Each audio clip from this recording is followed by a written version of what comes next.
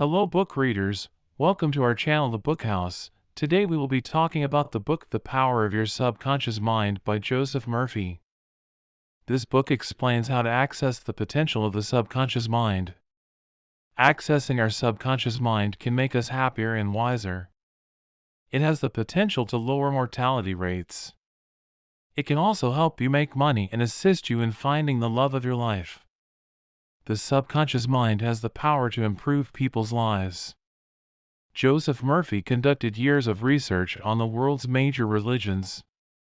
He believed that some great power lies behind all spiritual life. This power is within each of us.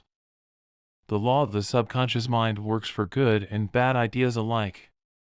This law, when applied in a negative way, is the cause of failure, frustration, and unhappiness.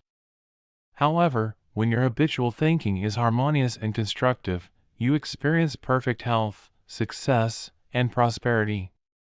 Said by Joseph Murphy. If you are new to our channel, consider subscribing to the Book House now and press the bell icon so that you'll get notification about every other famous book summary. So, let's dive into the synopsis that we observed from the book so that you don't need to spend so many hours reading it. So let's know about the writer Joseph Murphy. Joseph Murphy was an Irish-born American author. He had a degree in psychology from the University of Southern California. In the mid-1940s, he moved to Los Angeles. In Los Angeles, Murphy met religious science founder Ernest Holmes. He became ordained into religious science.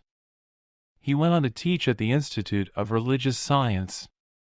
Murphy met with Erwin Gregg, the president of the Divine Science Association. He then became ordained into divine science. In 1949, he became the minister of the Los Angeles Divine Science Church. His congregation grew into one of the country's largest New Thought congregations. Murphy specialized in using the subconscious mind to treat diseases. So these are the 10 key points that will give you complete insight of the book. Don't skip the video or you'll miss the main teachings in the book. So, the first chapter is repetition can train your subconscious mind. Learning a new skill takes considerable conscious effort. For example, the first time you learned to ride a bike would have been challenging. With repetition, it would have required less conscious effort. Your subconscious mind grasped the task better. Riding a bike became automatic. We can use repetition to overcome personal challenges. Enrico Caruso was an Italian opera singer in the late 19th century. He would get nervous before his shows, and his throat would spasm. His conscious mind was impairing a skill that had become subconscious for him. The constant negative thoughts caused Caruso's conscious mind to take over. He worried about the performance going wrong and the crowd reacting with hostility. Caruso was able to conquer these physical reactions. He would tell his conscious mind to stop interfering with his subconscious mind. This allowed him to reduce his fears and improve his performance. Let's move on to the second chapter. The second chapter is positive thinking and visualization are integral to achieving your dreams. Positive thinking and visualization can heal. In the 18th century, priests told the sick that believing in God would make them better. Some attributed the success of this practice to the existence of God. But it is more likely that these practices relied on the subconscious mind. A relative of Murphy developed tuberculosis. The relative's son decided to help him get better. The son picked up a piece of wood off a sidewalk and gave it to his father. He explained that he had bought a cross from a monk who had recently worked at a healing shrine. He also stated that the cross had the power to heal many people. The father clutched the piece of wood overnight. The next day, he had completely healed. If you visualize or imagine what you hope to be true, sometimes it does come true. But, breaking the illusion for the healed person can cause the disease to resurface. This miracle is not a unique circumstance. Joseph Murphy spoke on a weekly radio show called The Church of Divine Science. He taught millions of listeners about the power of the subconscious mind. On this radio show, He described the mental movie method. This method involves creating a mental image that you desire. Then, you hold it in your mind until your subconscious makes it a reality. Many listeners use this approach to sell their property for the right price and to the right buyer. This technique worked well for selling their homes. Several listeners sent in thank you letters to Murphy since this technique worked so well for selling their homes.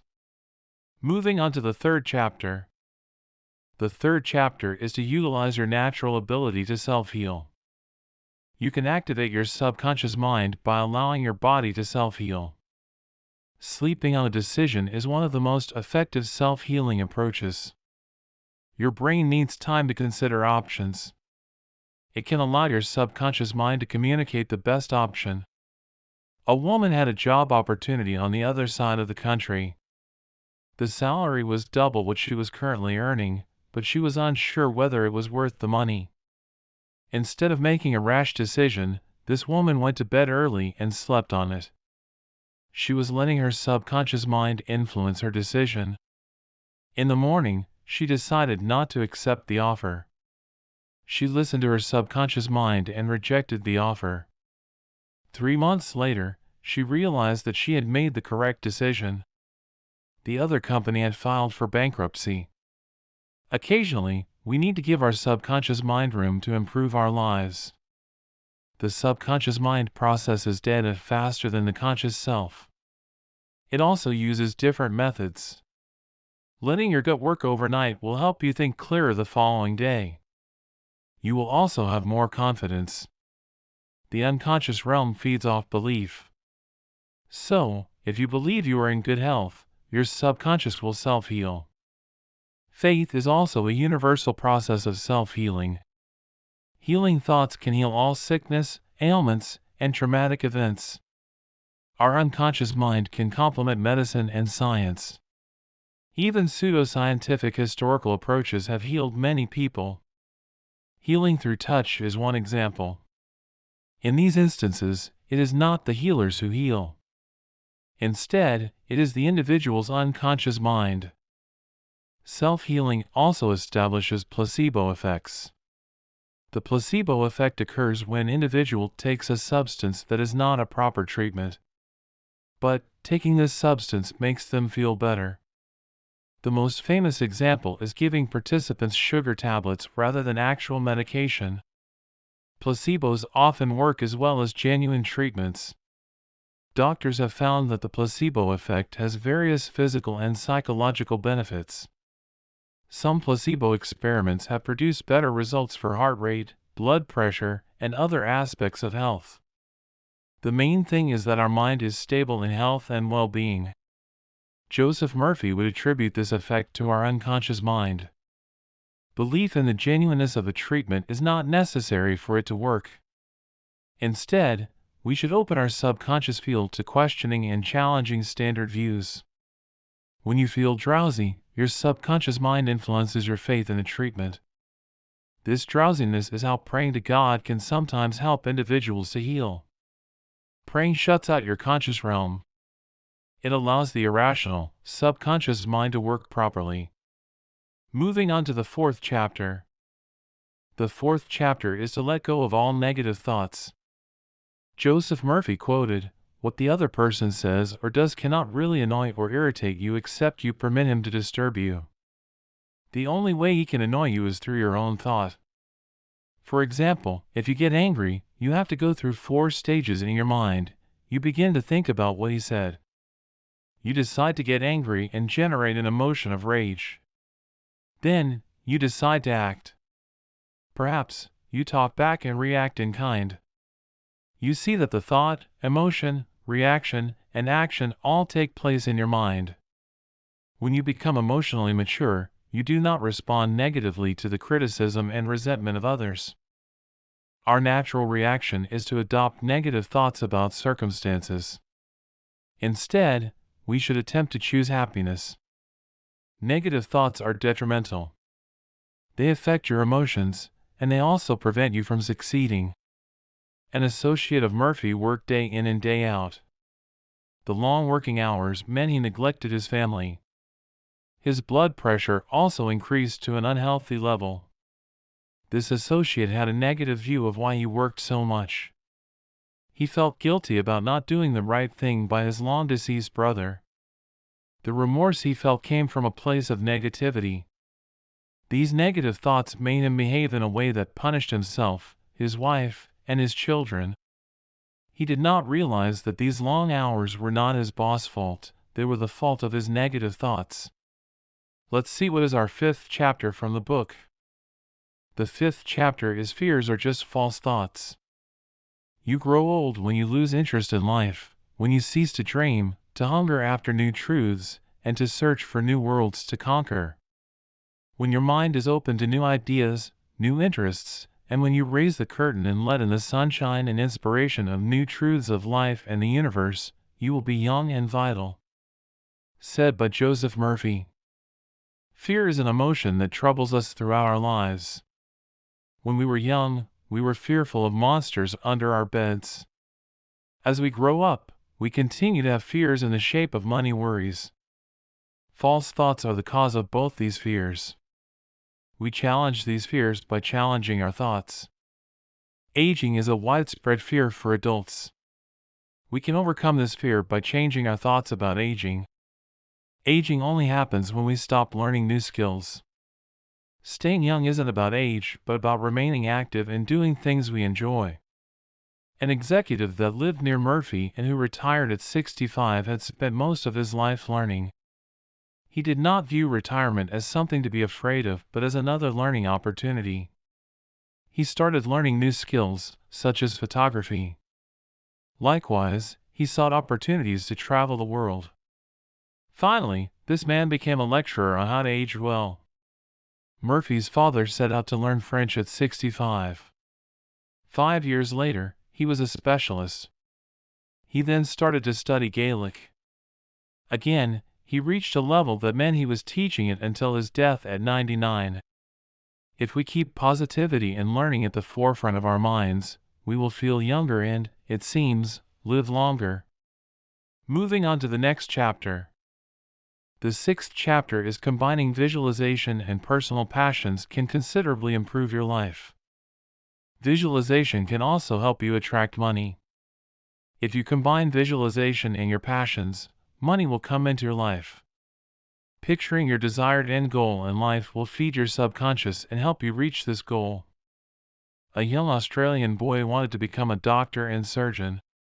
But the boy did not have enough money to start his journey. Every night before he fell asleep, he would envision a medical diploma hanging on his wall. He got a break when a doctor saw his potential.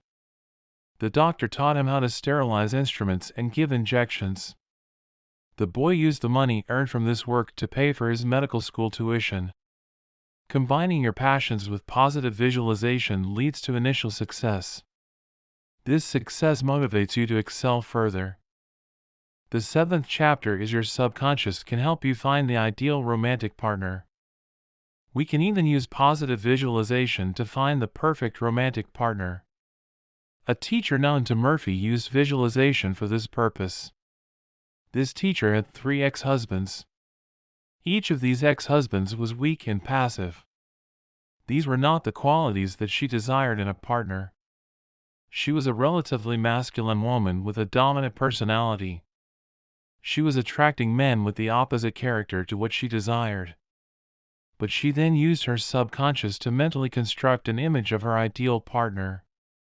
She would do this every night before falling asleep. She then accepted a job as a secretary in a doctor's office and found the strong man of her dreams. The physician was a healthy, successful man. They got married and have been happily married ever since. Moving on to next chapter. The 8th chapter is There are 3 main steps to success. It is also possible to achieve success in life by following these 3 steps. First, love your work. It might be hard sometimes, but loving your work will improve your quality of life. If you love your job, it won't feel like work. You will feel engaged in your craft and be completely motivated to continue working. You might be struggling to find a job that you love. Ask for guidance from career experts. Have faith and confidence that you will find a job that you love. Second, specialize. If you find a job you love, you should specialize in particular areas. Perfecting a craft is a rewarding pursuit. It allows you to become a leader in your field. Mastering your work will help you feel more fulfilled. Economic success will follow. Third, be altruistic. Altruism is the most crucial step to happiness. You cannot love work for selfish reasons. You gain the most happiness when a cause that serves humanity motivates you. Let's move on. The 9th chapter is to desire happiness. Happiness is a mental construct. It means that we can foster a feeling of happiness if we desire it. Yet, most people have a disposition for unhappiness. They will search for what is wrong in their environment. It is always possible to find negatives in our environment. When we discover these negatives, we are only attracting more negative experiences. You must choose happiness. Happiness is a habit. It is a good habit to ponder often. Said by Joseph. That brings us to our final chapter. The 10th chapter is 2 factors prevent you from using your subconscious mind. Some circumstances can prevent the unconscious realm from impacting your life. Critics will often use these examples as evidence that the method does not work. The reality is that the environment was not optimal for the subconscious mind to excel. 2 factors can make our unconscious realm fail. The first factor is a lack of confidence, and the second factor is when we put too much effort into making it work. Your unconscious mind will carry out an idea as soon as it accepts this idea. The unconscious mind will carry out any action planted in it, whether good or bad. Any hesitations will take root in the unconscious realm. Money is one example. You might imagine being rich in the future, but you still won't believe that you will be rich one day. In this instance, your unconscious realm creates a reality where you have no money. So, you are not using the unconscious mind to your benefit. The unconscious realm is only ineffective due to a lack of self-confidence. Let the unconscious realm influence your life, but do not force the unconscious realm to help you. If you push the unconscious mind too much, then you will fail. Avoid utilizing forced beliefs. Using real beliefs allows the unconscious mind to turn these beliefs into a reality. Forcing things to happen only works within the conscious realm. Relax and have faith in the notion that the unconscious mind will work for you. You must maintain this relaxed approach even when results are not instant. So, now that the key points are covered, let's see what we learned from all the key points that we discussed earlier. The power of your subconscious mind explains how to access the potential of the subconscious mind. Accessing our subconscious mind can make us happier and wiser. It has the potential to lower mortality rates. It can also help you make money and assist you in finding the love of your life. The subconscious mind has the power to improve people's lives. Joseph Murphy conducted years of research on the world's major religions. He believed that some great power lies behind all spiritual life. This power is within each of us. So I hope you guys like our short synopsis about the book The Power of Your Subconscious Mind by Joseph Murphy. This summary was the tip of the iceberg. To dive into the full details and support the author, order the book or get the full audiobook on Amazon. All links are provided in the description. Did you like the lessons you learned here? Don't forget to subscribe to our channel for more book summaries like this one. Also, comment below your favorite part or share to show you care. See you in the next video about another great book summary. Until then, peace out.